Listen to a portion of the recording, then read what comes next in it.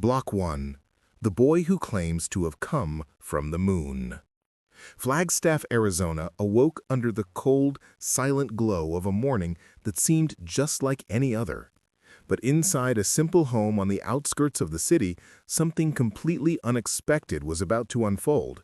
A revelation so improbable it would forever change the way that family understood life, memory, and even the origins of existence itself.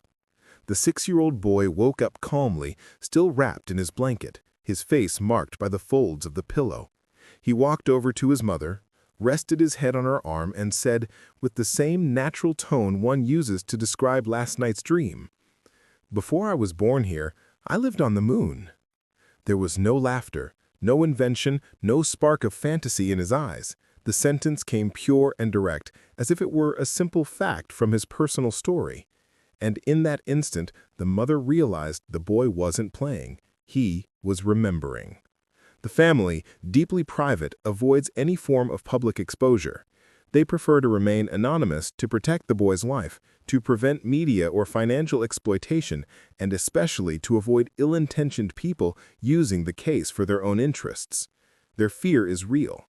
What he says is so specific, so unusual, and so unexplainable that the parents worry someone could try to manipulate, pressure, investigate, or take advantage of him. They chose silence, privacy, and protection.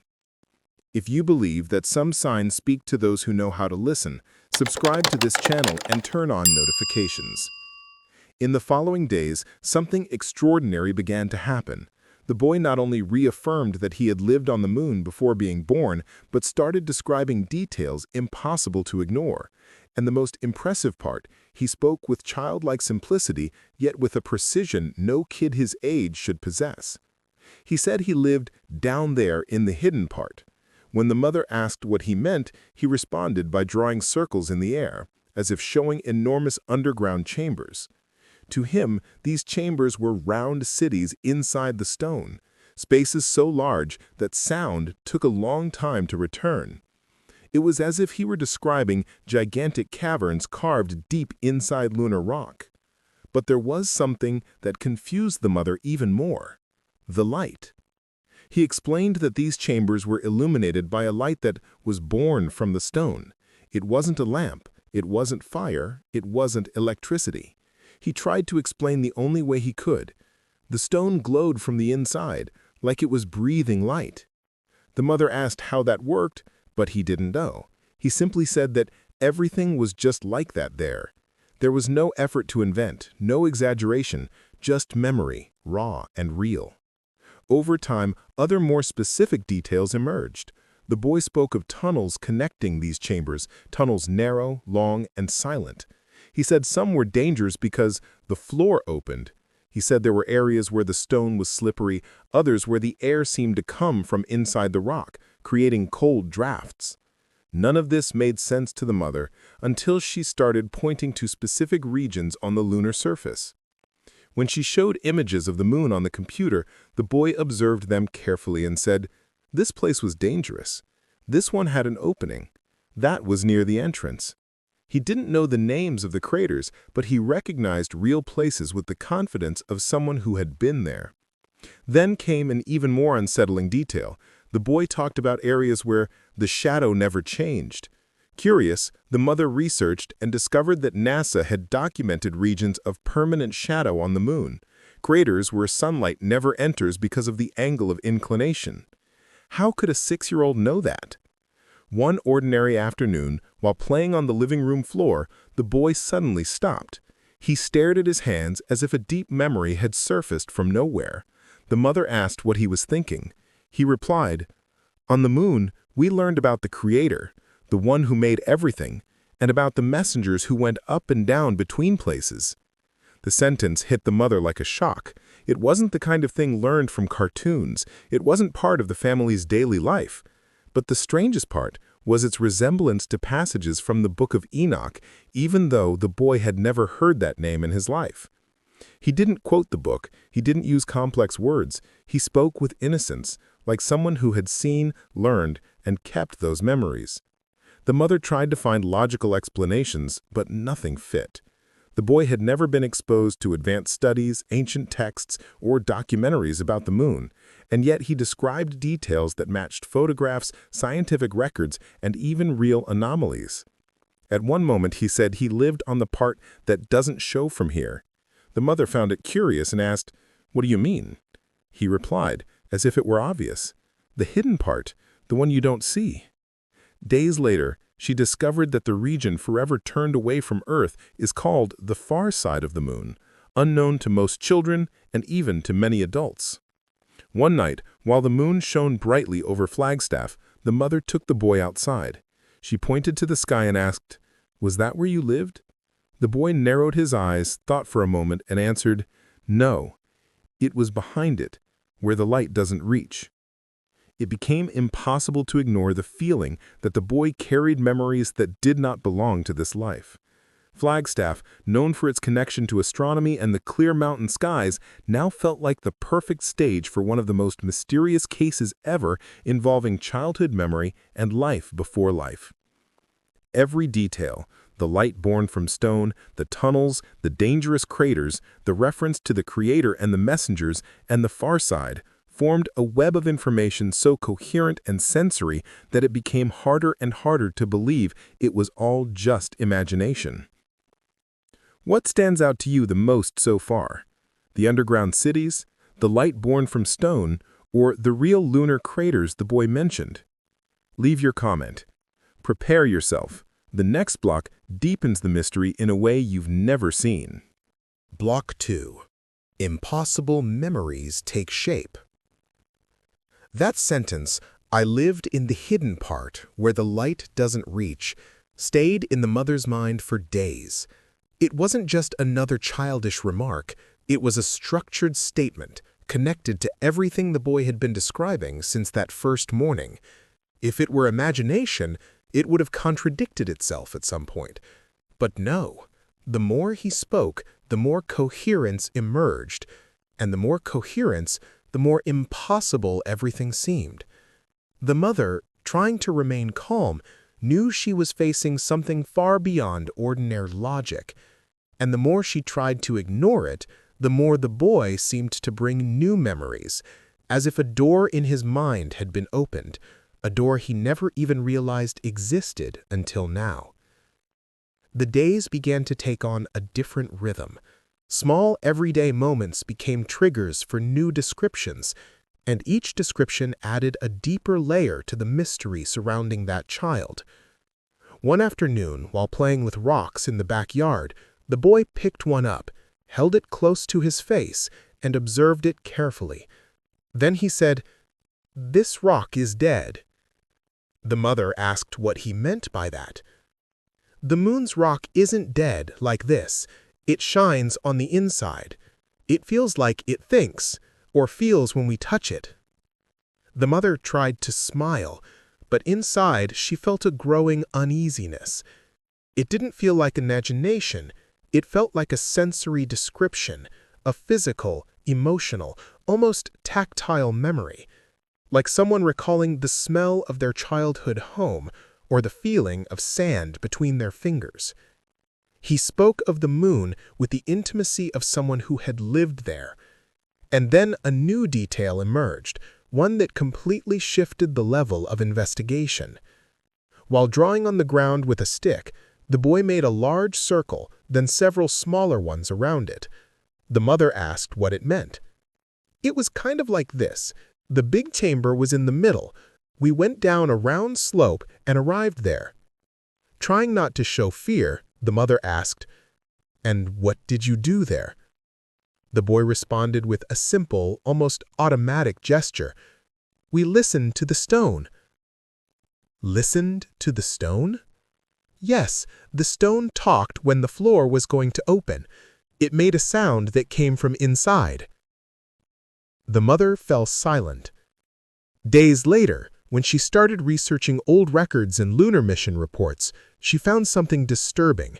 Some documents described unusual vibrations in the moon's subsurface, metallic sounds, deep echoes, internal reverberations still without explanation. Scientists called the phenomenon moonquakes, lunar tremors that some Apollo astronauts described as making the moon sound hollow inside.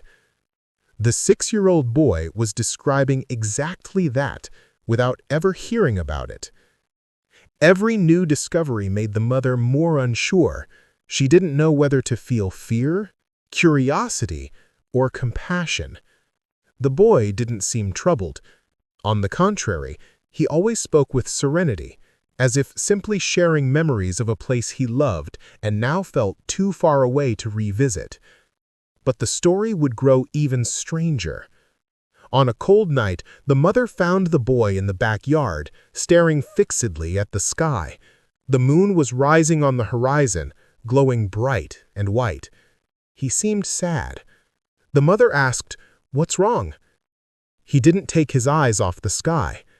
"It's just that I remember some things that weren't happy there." This was the first time he mentioned any emotion connected to his lunar memories. Down there it was beautiful, but it was very quiet. Sometimes it was scary. We had to stay away from some parts because the stone fell. He paused for a long time, then added, "And there were moments when everyone had to stay silent. That was when the stone's light got weak. We couldn't walk then." The mother felt a chill. His tone was gentle, but the mental image was overwhelmingly vivid. Her curiosity grew to the point where she began watching NASA videos, high-resolution photos, crater maps, and digital simulations. In some of them, there were records of sudden changes in luminosity inside lunar caves, natural phenomena still studied, but not fully understood. The boy was describing exactly that, as if talking about things he had truly witnessed. But the most disturbing part was still to come. One day, while looking at moon images again with his mother, the boy pointed to a specific region and said with a distant look, "This part, I knew this part. We couldn't go here alone. It was dangerous. You could fall." The mother researched the area. It was the rim of a deep crater, considered unstable even by scientists. Photographs from the Lunar Reconnaissance Orbiter showed massive fissures and irregular terrain, dangerous even for robotic equipment. A child could not have known this, not in such detail. And then the boy revealed something entirely new. While playing with a toy that emitted light, he said casually, "There, when the stone's light went away, the messengers appeared." The mother almost dropped the object. "Messengers?" "Yeah, they came from above. They came down slowly. They were tall and they glowed. We couldn't look at them too much because our eyes hurt." The mother froze. And what did they do? "They talked to the adults. I think they came to see if everything was okay down there, and then they went up again." His words were impossible to ignore. He described luminous beings that moved between levels, something eerily similar to the messengers in the Book of Enoch, making any coincidence too unlikely. But the boy had no cultural, intellectual, or religious base to invent something like that. And the most impressive part was that he didn't speak with fear, he spoke with longing. That night, the mother took hours to fall asleep. She listened to her son's calm breathing and thought about everything he had been saying. She didn't know if she was dealing with a spiritual memory, a scientific one, a symbolic one, an imaginative one, or something that transcended all human explanation. But she knew one thing.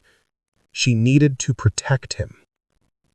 The family already feared that if this case ever became known, strangers would approach with unknown intentions.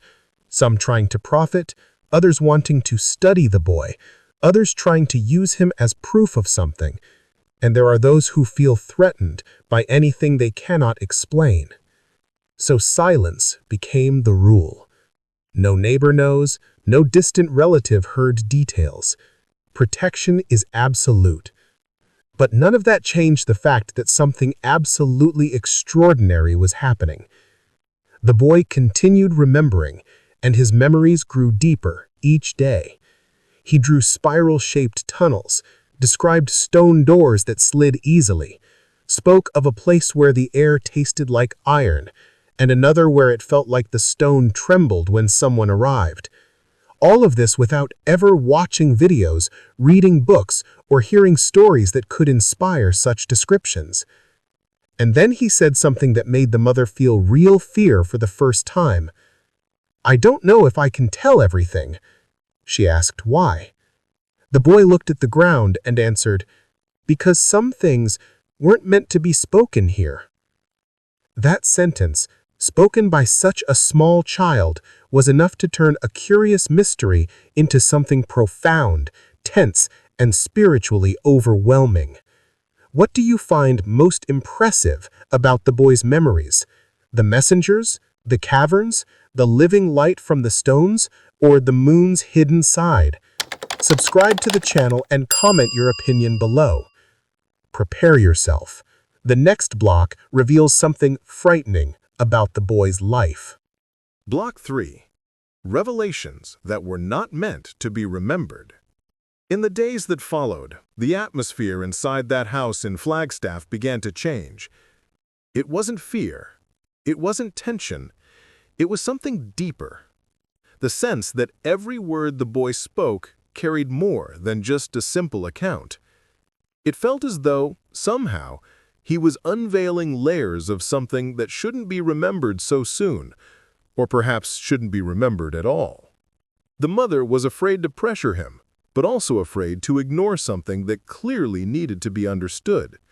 So she chose a silent approach. She would let the boy speak only when he wanted to.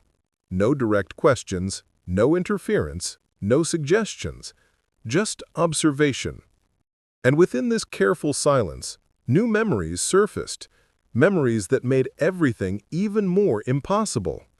One day, while the boy played with a flashlight under a blanket, simulating darkness, he murmured something that caught his mother's attention.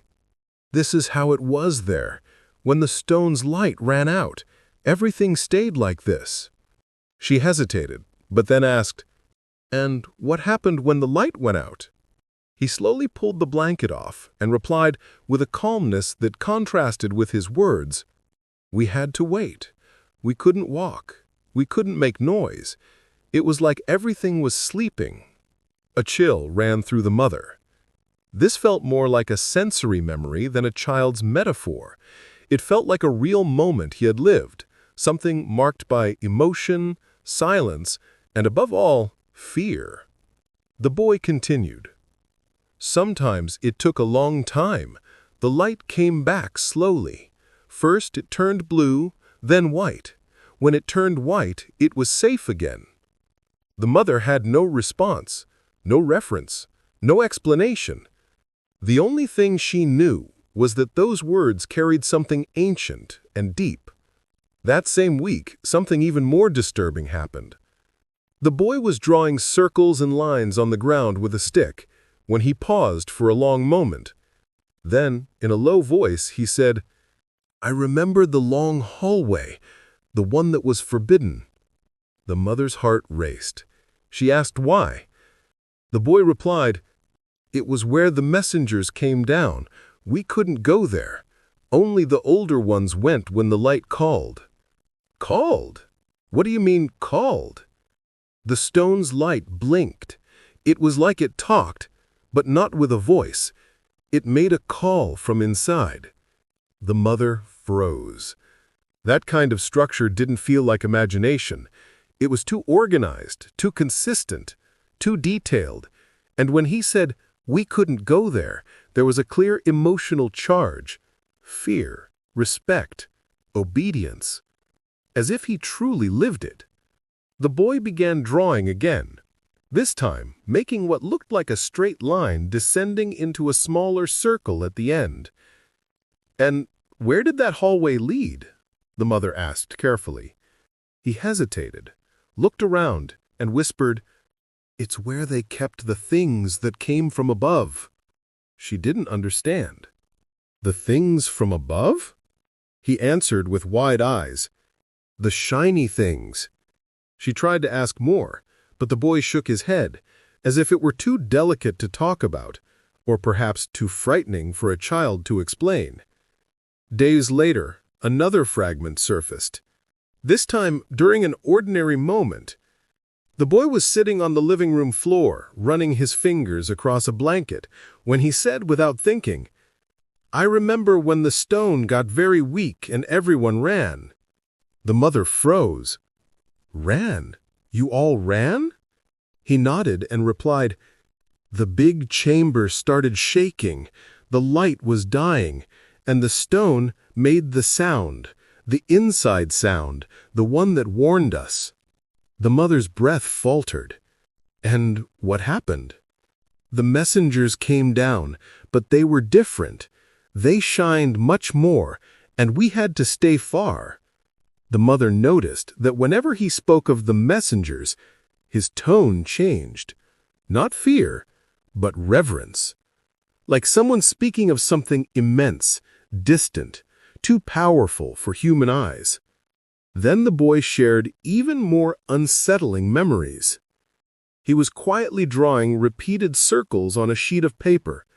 The mother noticed that, unlike previous drawings, this one had clear intention. "What is this?" "The map. The map of the chambers." "This existed there?" He nodded. The mother looked at the overlapping circles connected by curved lines. "And what was this map for?" The boy replied, "So we wouldn't get lost. Some parts move, some parts change, and if we went alone, we might not come back." It didn't make rational sense, but it made emotional sense. The way he said move had weight, memory, tactile familiarity. As if he was describing a place with living, shifting, unpredictable architecture. The mother studied the drawing and felt disturbed.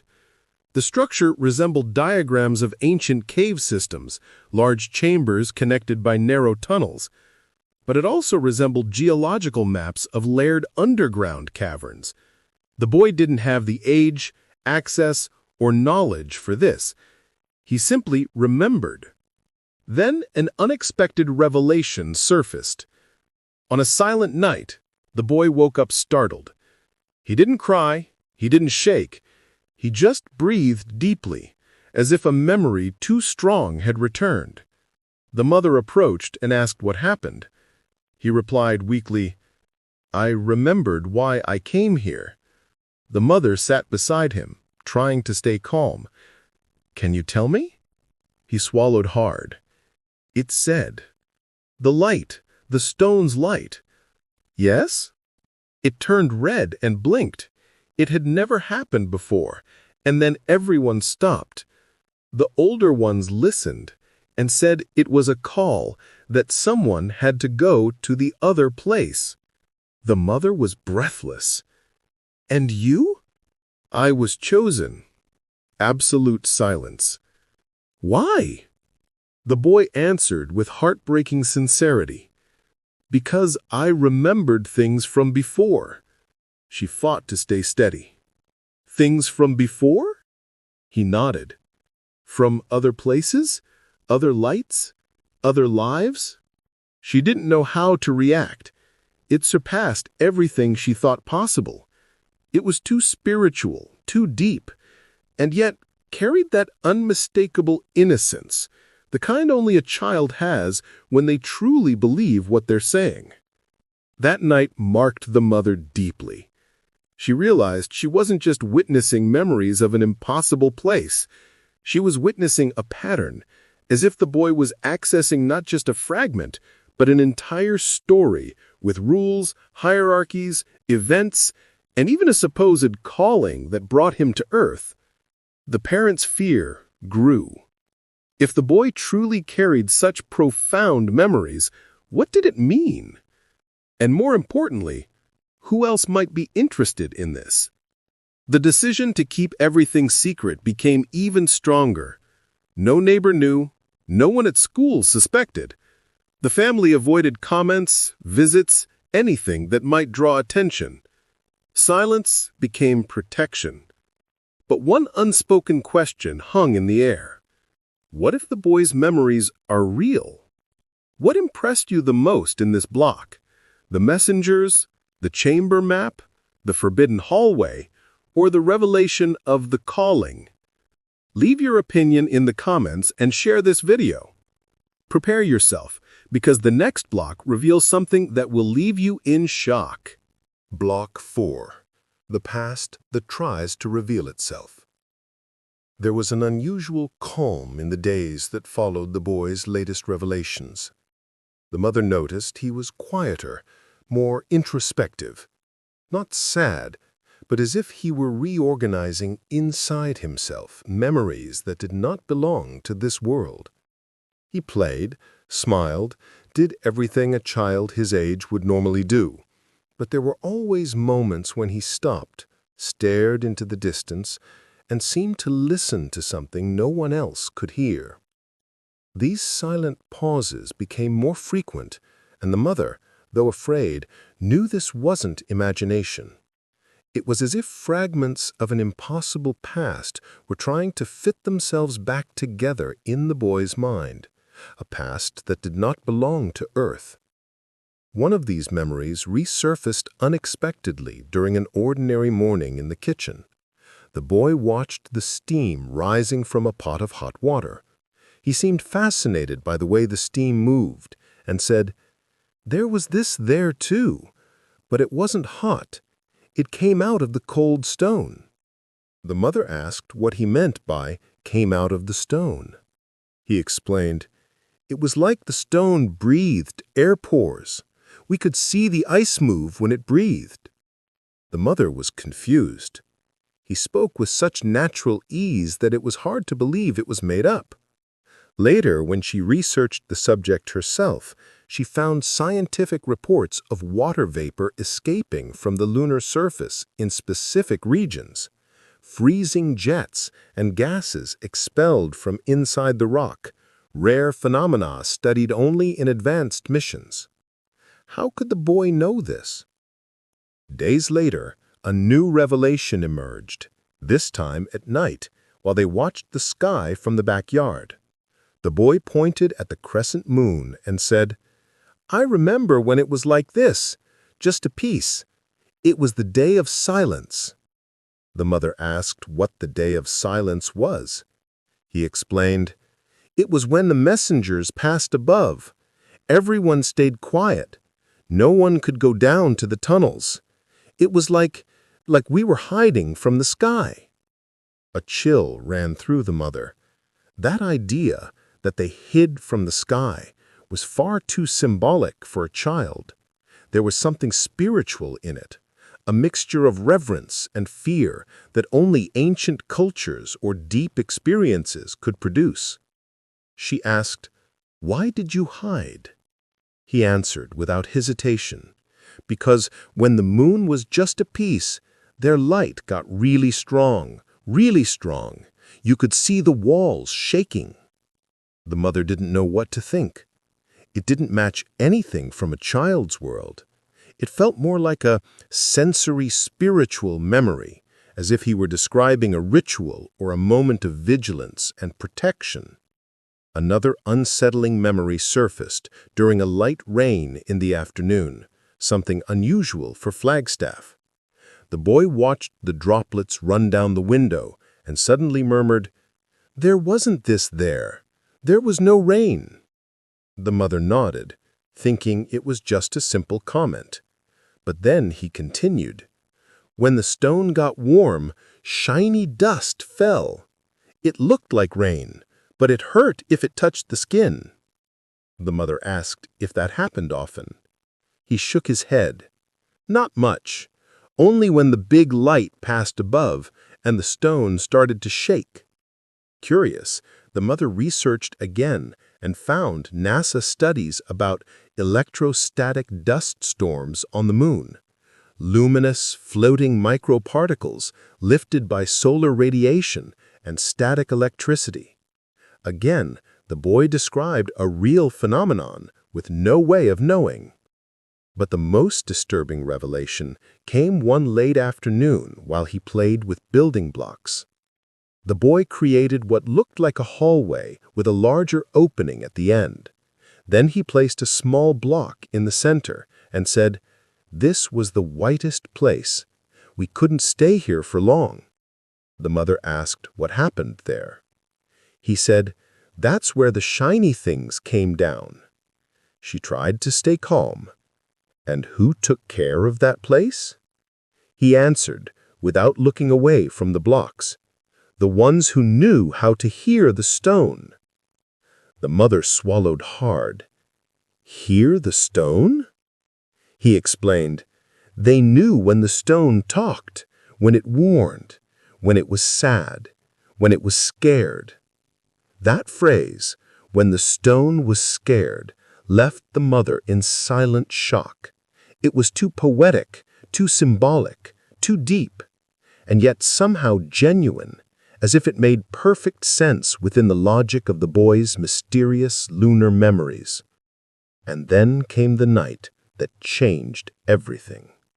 The boy woke up startled, not crying, not trembling, just sitting upright, staring into the darkness.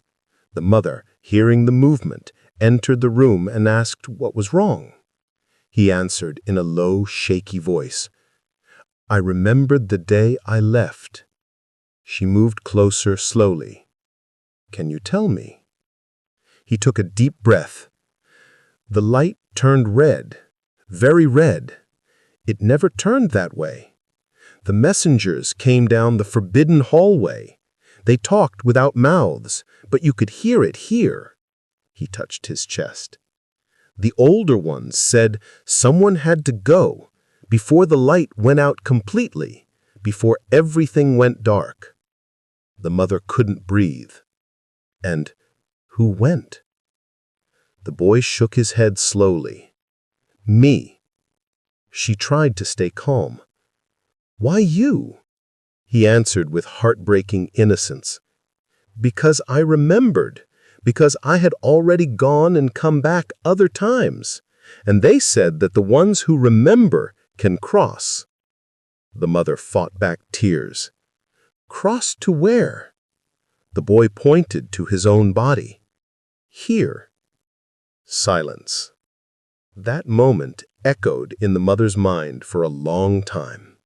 It wasn't just a random memory. It was an event, a happening, a passage, if such a thing could be named. Something that, within the strange, inner logic of those lunar, subterranean worlds, made perfect sense. If it were imagination, it would be extraordinarily complex for a child. If it was memory, then what was he before he was born? Flagstaff remained silent, its mountains in the distance under the cold night sky. But inside that house, the mystery was far from over. Each detail the boy remembered seemed to carry two layers, one physical and one spiritual, as if he were describing a place that was both concrete and sacred, both material and symbolic. The mother noticed her son always showed a gentle tiredness after a deeper memory surfaced, not physical tiredness, something internal, as if remembering required emotional or even energetic effort. And she knew the next fragment could be the strongest of all. What stands out the most in this block? The shiny dust rain, the white corridor, the day of silence, or the rite of passage? If this story is pulling you in, subscribe to the channel and turn on notifications. And prepare yourself, because the final block will bring a revelation that will astonish you. Block 5. The final echo of the moon's memories. That night, the one marked by the memory of the day he was chosen, left the mother on alert, not because she doubted her son, but because for the first time she understood that the memories were reaching something larger, deeper, structural, as if everything he had said so far was only the surface of something much more profound waiting to emerge.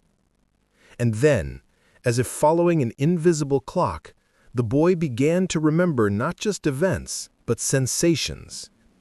And those sensations were so intense they seemed to cross time itself and touch the present.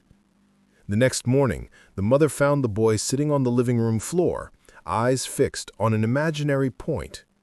He wasn't sad. He wasn't afraid. Just quiet. Deeply quiet.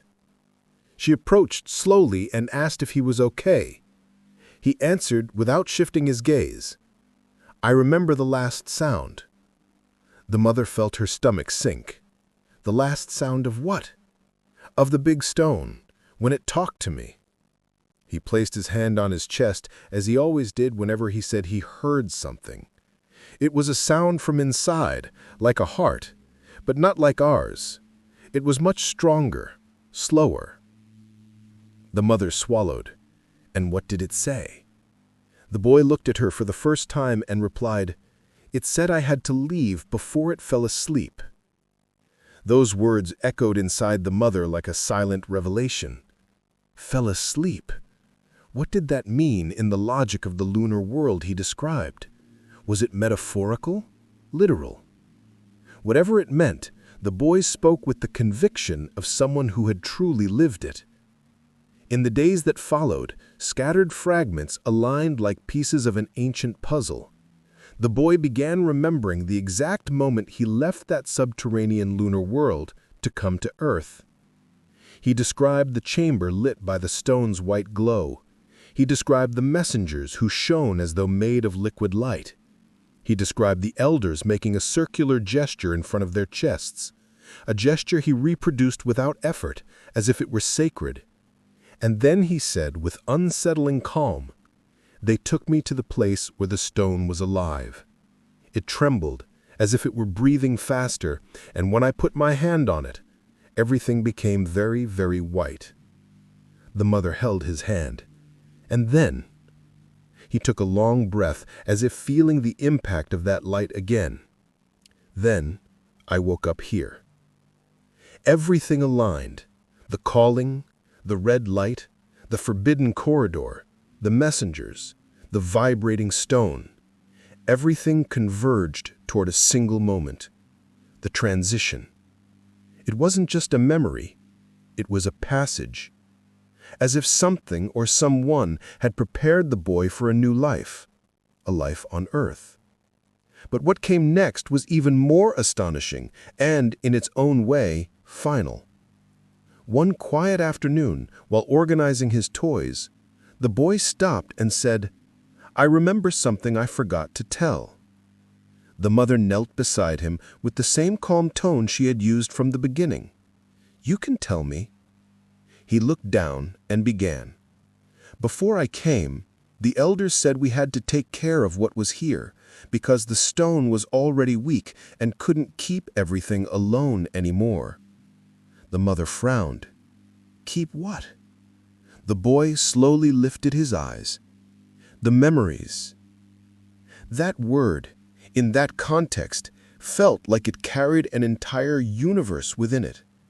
He continued, "Everything we saw, everything that existed there had to be remembered somewhere, otherwise it would disappear. And memories are alive. They need to continue." The mother didn't move. "And is that why you came here?" The boy nodded. "I came because the stone's light said I could remember. That's why the white chamber called me." Silent tears rolled down the mother's cheeks. Not fear, something much larger. A blend of reverence, love, awe, and a deep sense that she was hearing something far beyond human understanding. And then the boy added softly, "I didn't come alone. Other lights came too, but I don't know where they are now." Those words hit the mother like an arrow. Other lights? Other children? Other lives? Other memories scattered around Earth? There was no answer. That night, while the boy slept, the mother stayed by his bedside for a long time. She watched his calm breathing, his chest rising and falling softly, and wondered if it was all real, every detail, every memory, every sensation, What did it say about the origin of consciousness, about life before life, about the universe itself? And then a deeper question formed. What exactly was her son's role here on Earth? The next morning brought what felt like the last missing piece of the puzzle. While tidying his toys, the mother found a drawing he had left on the table. It was a large circle, intersected by curved lines, with small luminous dots around it. She recognized it instantly. It was the map of the underground chambers he had drawn before. But now there was something new at the center. A small white circle surrounded by rays as if it were glowing. When she showed the drawing to the boy, he answered naturally, "That's where I touched the stone for the last time." He smiled.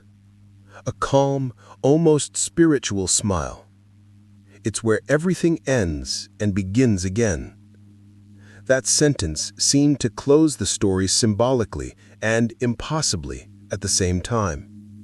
And yet, within the logic of his memories, it made perfect sense. The boy no longer carried the weight of heavy memories. For the first time, he seemed at peace, as if the final memory had completed the cycle, lifted an invisible burden, and set everything exactly where it needed to be. The mother knew it was time to end her internal investigation, not because the questions were gone, but because the boy himself had reached the end of what he needed to remember. He had told everything, and now the rest belonged to silence.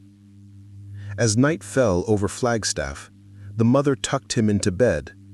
He squeezed her hand and murmured, "I still remember, but now it doesn't hurt anymore." It was the end, or perhaps the beginning of something else. But to the mother, one certainty remained. Whatever the origin of those memories, they were too real to dismiss, and too deep to be mere imagination. They had weight, they had soul, they had history. And even if never fully understood, there was something in them that felt like a calling, an ancient request for someone, somewhere, to pay attention. Maybe that's exactly why this story has reached you. What do you think about this case? Are these memories echoes of another life, fragments of another world, or something science has yet to explain? Comment below, share this video, and tell us what you think. And if stories like this speak to you, don't forget to subscribe to the channel and turn on notifications. Prepare yourself. We still have many deep mysteries to explore together.